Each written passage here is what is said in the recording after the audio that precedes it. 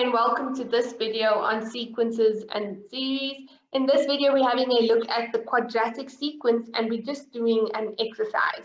So please make sure that you've done the previous videos so that you understand what is a quadratic sequence as well as how to calculate the general formula.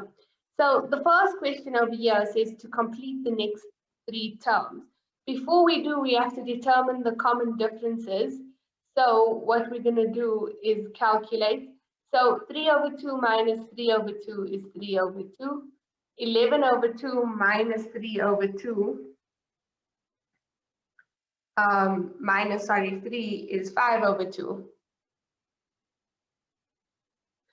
And then what we have over here is 9 minus 11 over 2 is, so 9 minus 11 over 2 is 7 over 2.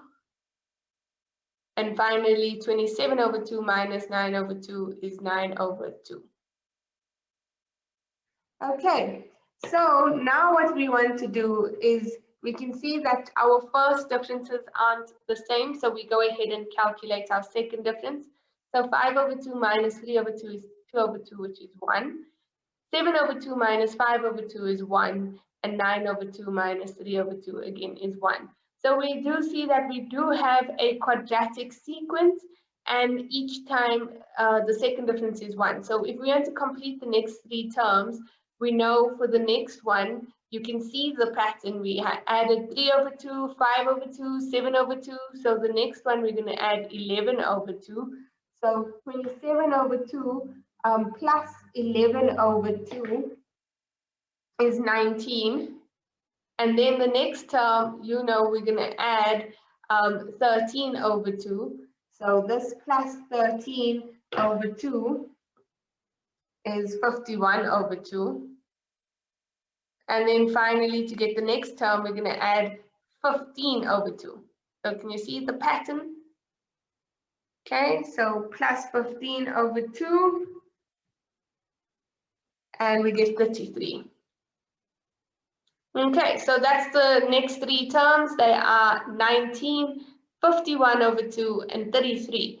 And we calculate it by looking at the pattern in the first differences and continuing. The second step over there is to calculate the general formula. So we're going to use the method that we previously spoke about in the video. So first, we're going to use the first formula. 2a is equal to the second difference. So our second difference is 1. So here we get a is a half.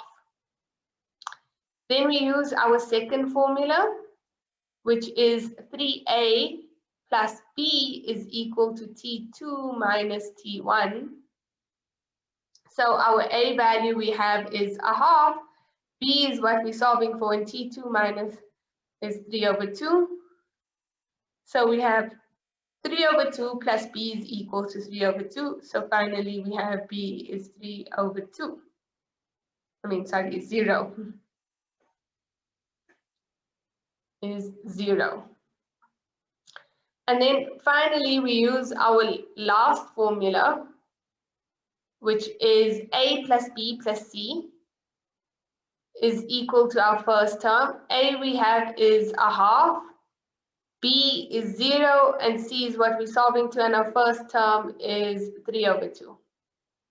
So solving for c, we get 3 over 2 minus 1 over 2, which is 1. So our formula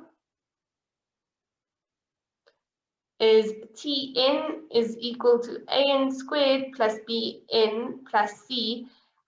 In the place of a, we are going to write what we calculated a as, which is a half. And then we have n squared, and in the place of b, we're going to write what we calculated b as, which is 0. And then n plus c, so we're going to write what c was, which is 1. So simplifying that, we have that Tn is a half n squared plus 1. So now the next term says, the next question says calculate T50. So T50, so that's B. So C, T50 is now substituting 50 in this formula. So it's a half times 50 squared plus 1.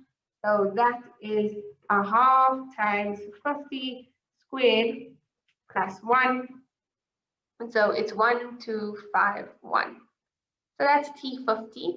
And then it says which term is equal to 5001. So we're solving for n. So Tn is equal to 1/2 n squared plus 1. That's our general formula.